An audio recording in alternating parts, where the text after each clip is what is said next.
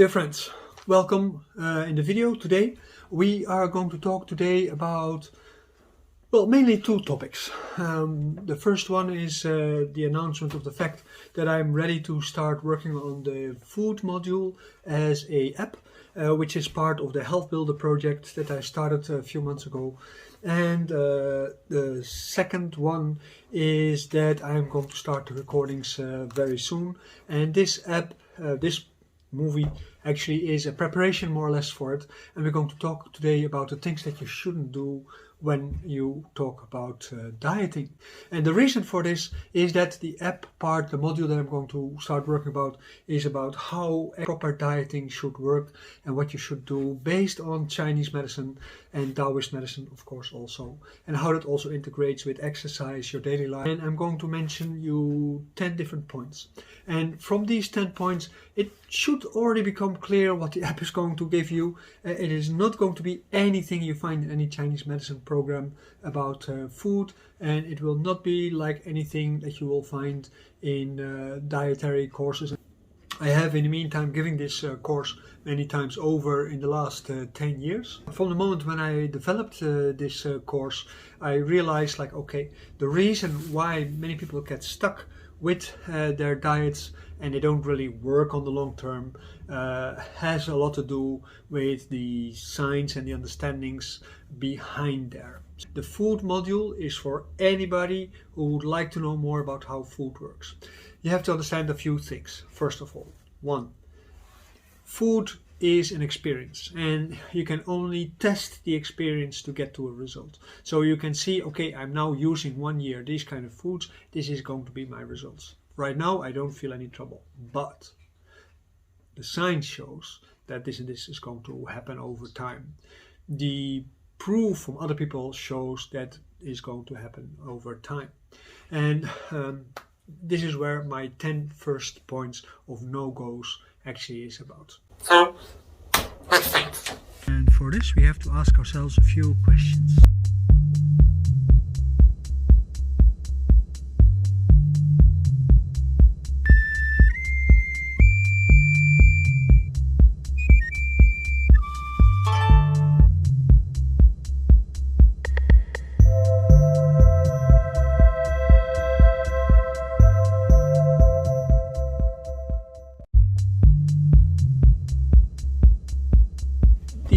First thing about dieting that you should know is that if you do not follow a diet, probably is better for you than when you do follow a diet. Almost all diets are nonsense. This is basically it. The only diet that is really very good for you is in fact very simple, the fact that you go eat with lots of different variations. So the more varied your diet is, the better it is to have a result. When we talk about dieting, you see that a lot of companies and dietists, they make all kinds of claims, and they do that because you are a target market, right? When you are overweight, when you are feeling insecure about your looks or anything like that, that means that you're basically a victim of marketing, or you're going to be possibly victimized by marketing. That's maybe a better way to put it. The thing is that at the moment when you feel any kind of vulnerability about your looks, somebody is going to try to make a buck on you, whether it's about your lipstick or about your eyeshadow or about your skin cream or about your hair things. It doesn't really matter that much.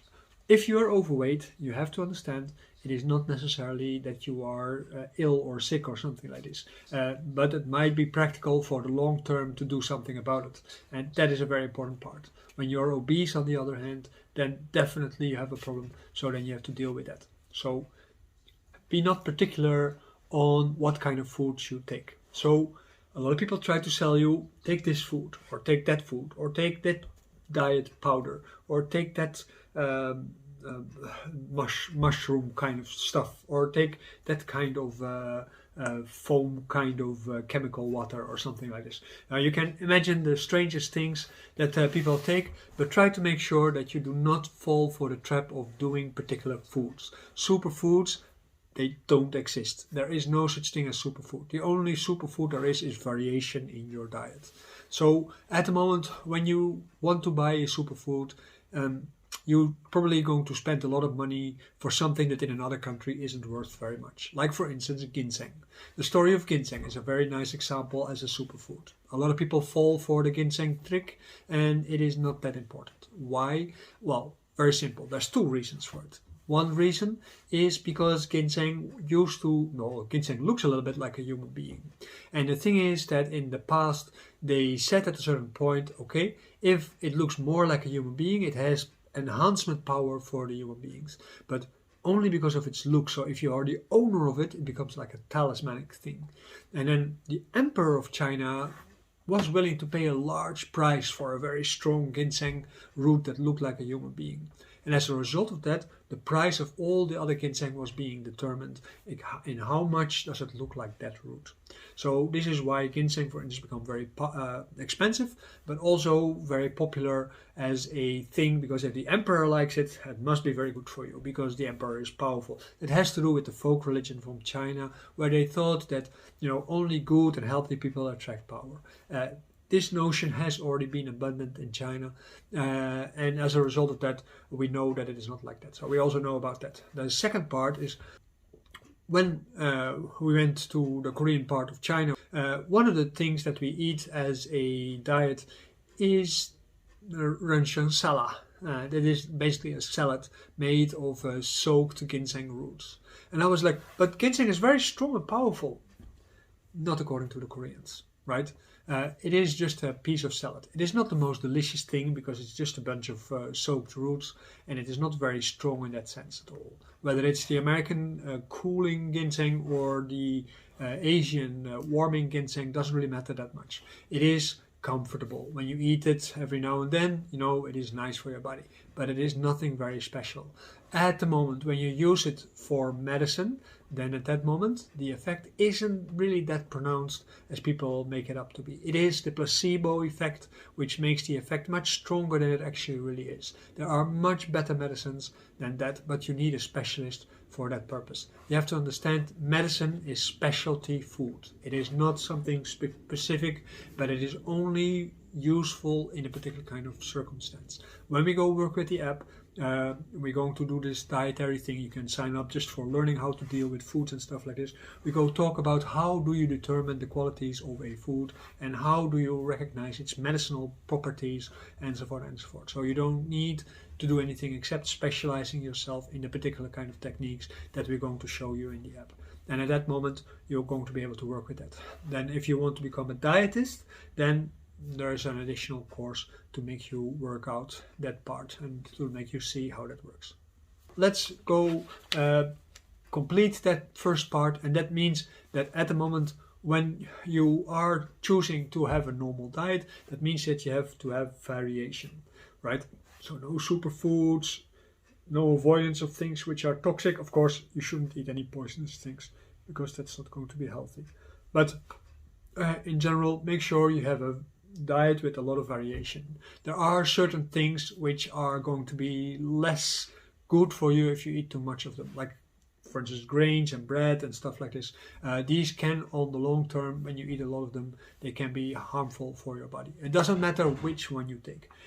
Any kind of grass-like plant, if you take a lot of it, you might grow a little bit fat from it. That's basically the main problem.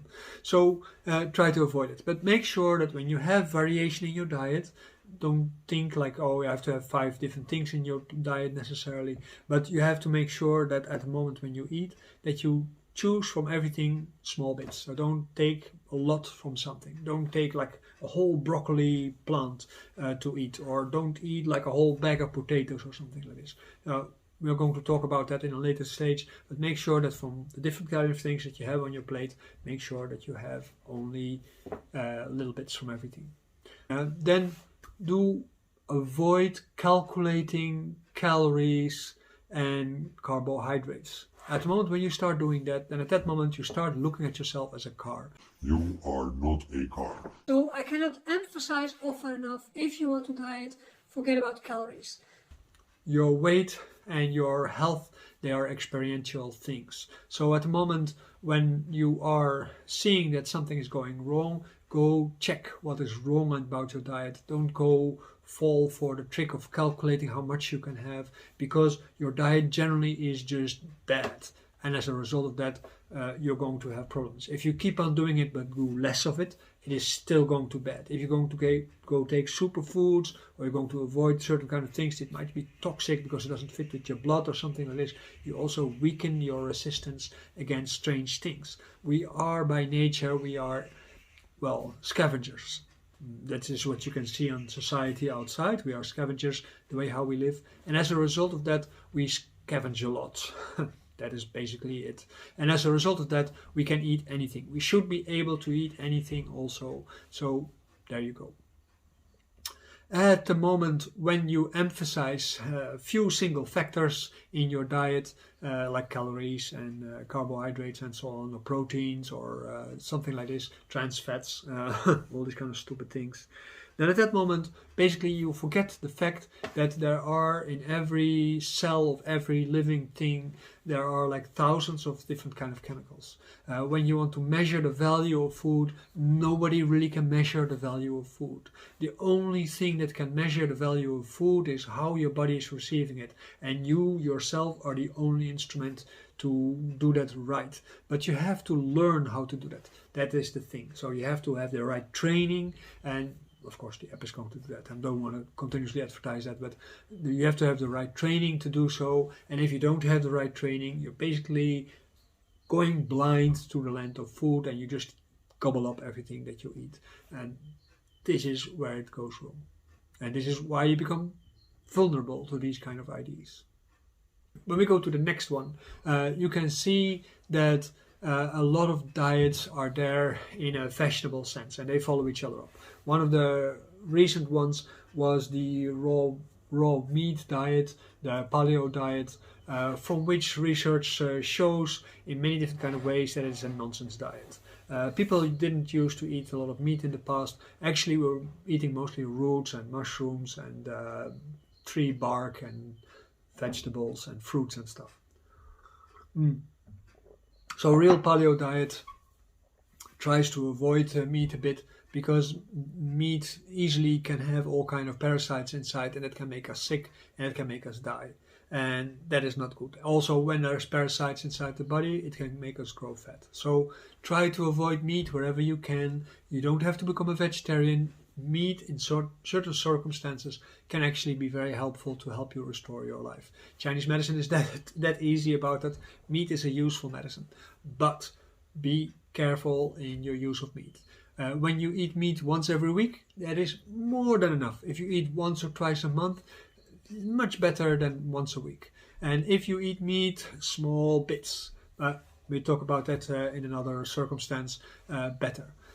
Also the same for fish. Nowadays we know that if you eat fish, the chance is that if you eat fish every day, you eat about 1 credit card of plastics every day, every week. So your body is not going to feel very good with that, because all these plastics, microplastics in your body is going to cause cancer eventually. And the same with a lot of different kind of other products that you have. They are very much polluted. So make sure you grow your own food if you can and eat that. Or go look for it in places where you know it is going to be safe. We are living in city environments, of course. I live in a city environment. So I let my own garden wild to make sure that I have some things to supplement my diet with, because I can't trust the supermarket. And we all know that, because the food regulation laws in countries obliges supermarkets, before they put it into the supermarket, that it first has to be completely chemically dead. Everything is frozen over or radiated, and as a result of that, it is no good. Fresh food, of course, is much better, but fresh food, is difficult to get, even in the biological markets and shops. So better grow it yourself. That is the best, because that's the best quality. This is something else. Many people, they use vitamin powders or vitamin pills or vitamin liquids or whatever kind of things with vitamins, understand there are some limits to it. When you eat something, a natural substance, when it is fresh, you automatically get a lot of vitamins and minerals inside. A lot of vitamins are difficult to be bound. So at the moment when you cut open an apple, for instance, all the vitamins immediately go out, and that is also why it is oxidizing and browning. But also an apple that has been opened for half a day is not as delicious anymore as an apple which is fresh from underneath the skin. At the moment when you take a vitamin pill, you have a chemical vitamin. It's a little bit like, you take a medicine in that sense. And although these vitamins chemically are the right substances, they do not associate themselves with living things, living beings at that moment. So they are not as good as a natural vitamin. So if you have a choice between natural vitamins and chemical vitamins, take a natural vitamin. Vitamin supplements are usually not going to help you, but there are some areas in the world where certain kind of vitamins are short, and vitamin D, for instance, can be something that is short, and the only one that is actually usually recommended is to take some extra vitamin D, because it helps you to regenerate your body better when you have enough of that, and in case it is not enough in your diet. There's many different kind of sources where you can get vitamin D from. So it depends a little bit on your understanding of food, how you actually can, complement yourself with that. Then when we go to the next one, you have to understand that whatever an advertisement says, or whatever a health claim is on a food product or anything like that, it's best to ignore these kind of things. There are claims that people make about the salt levels and about the effect on your human body and so on. Again, you are not a car. So every food has a unique effect on you, and you have to try, or you have to experience through trial and error what kind of effect it has. Many foods are actually accepted by all kind of regulatory bodies like the FDA in the United States, but the European Union also has a body like that, and as a result of that, people think like, okay, it's safe. But in the European food law and in the individual country food laws, it says, just like in the American food law, if you don't die from it within 7 days, it is safe to eat. That means that the accumulative effect from the food over longer time is not taken into account when you talk about food. Yes, and also when celebrities talk to you, yes, and they say this is really very good, don't think they have an understanding of all kinds of things. Celebrities usually get money to say certain kind of things. When they are very enthusiastic, it might be that they're just involved in some kind of MLM. MLMs are by nature all a little bit shady organizations because they work underground and they don't create sort of accountability for the negative effects of their products. People who have negative effects usually drop out of the system, so you never hear about it. And within the MLM system, you only see the people who at that moment are still enthusiastic. But generally, their business model is based on lies. For instance, they produce all kinds of products, and I can tell you some products which are too obvious fake products. They talk about the high quality of their products, and they give you all kinds of gifts, and then these are made from the cheapest kind of plastics. And scientific claims that they very often make within their articles also usually make no sense. It's not that I'm a great scientist or anything like that, but even a stupid person like me can understand that their claims are bogus.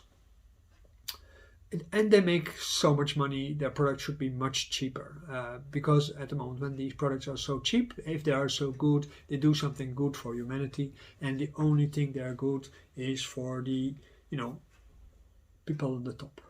So MLM, don't do it. Certainly not in relationship to foods. Anyway, when you get emails with advertisement for this and this diet is very good because we did do a research, you take this product, it will be very good for you. Be a little bit wary when you read these kind of things. make your own research in the sense that you read about the context, because as they say, one swallow doesn't make a summer. One article invites for debunking. So when you read the article and you see the reactions on it and you see that maybe there's something wrong with the research because maybe you don't know so much about how research works, then make sure that you have read these kind of things too. So if you read an article, make sure it's verified by others. That's one thing. Make sure you also read the criticism. That is the other thing. And then start testing it on yourself, because if it is true or not true, it might be true within the context of that research, but when you put it out of that context and you put it into real life, it might actually be absolutely not true. There's a lot of things that only work under particular laboratory circumstances or because of testing, but they're not really true when you look at reality. When we look at the next one, you have to understand that food is pretty much an ambiguous thing. It is subjective to change. So food is not a clear-cut thing. We eat food every day, but food shouldn't be the same twice.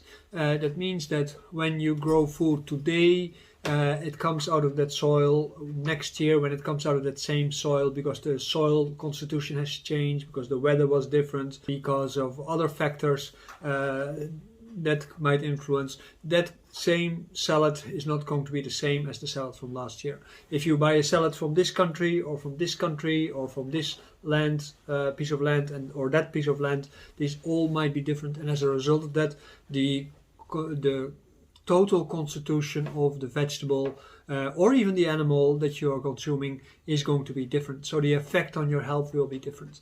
That means that you really need training to understand the value of food and when food is really good and when food is not good, in how you select your food and how you choose your food, even in the supermarket.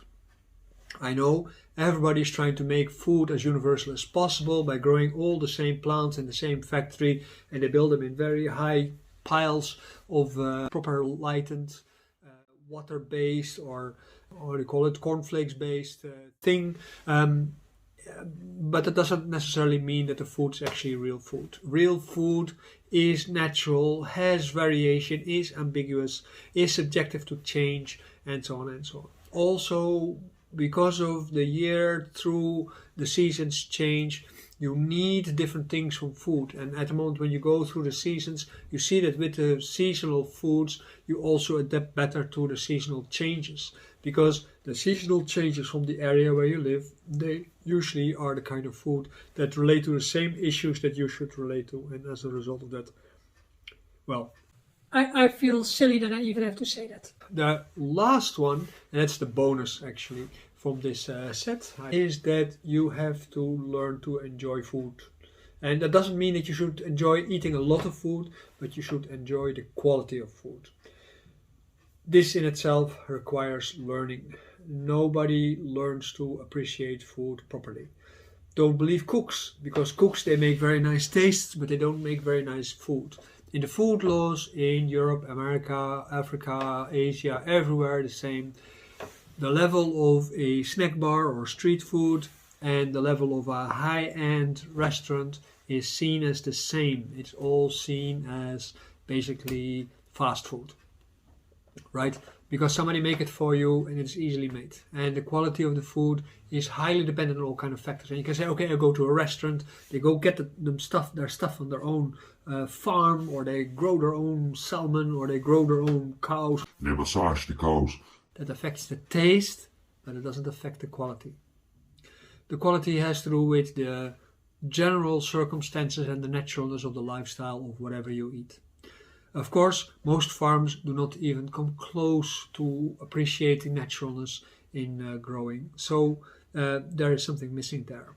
When something is fresh, it is always better than when it is not fresh.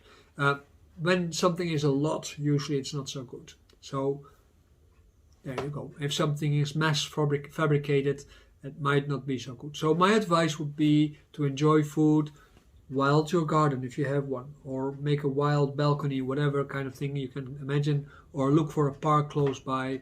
Make sure you wash all the things that you pick properly, soak it a bit and eat it, and try to enjoy all the different kind of tastes Eat the roots, eat the branches, eat the leaves, eat the flowers, eat everything, every part of the tree or from the plant or the weed or whatever you're going to eat, to see what is going to work for you or not.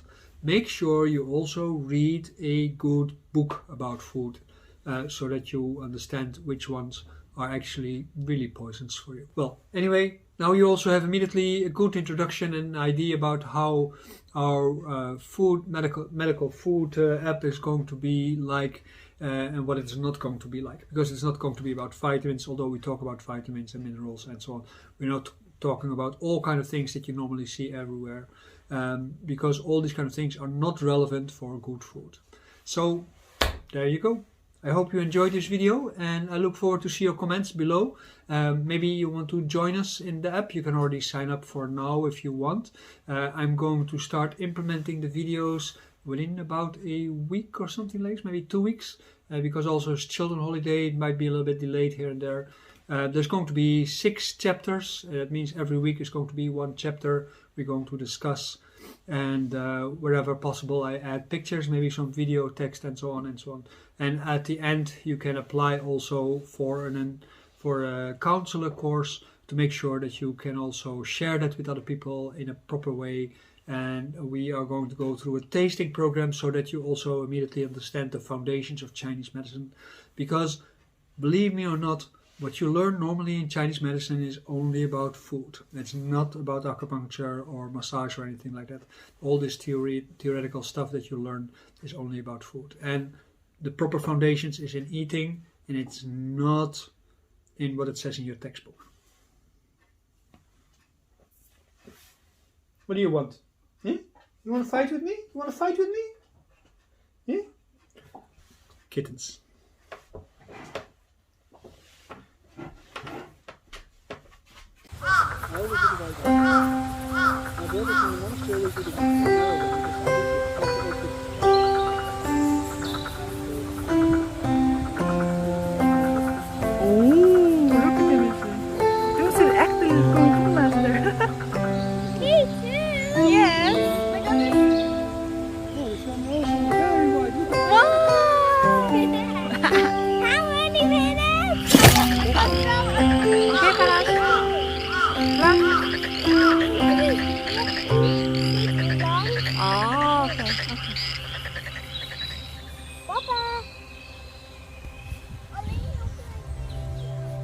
This is another one.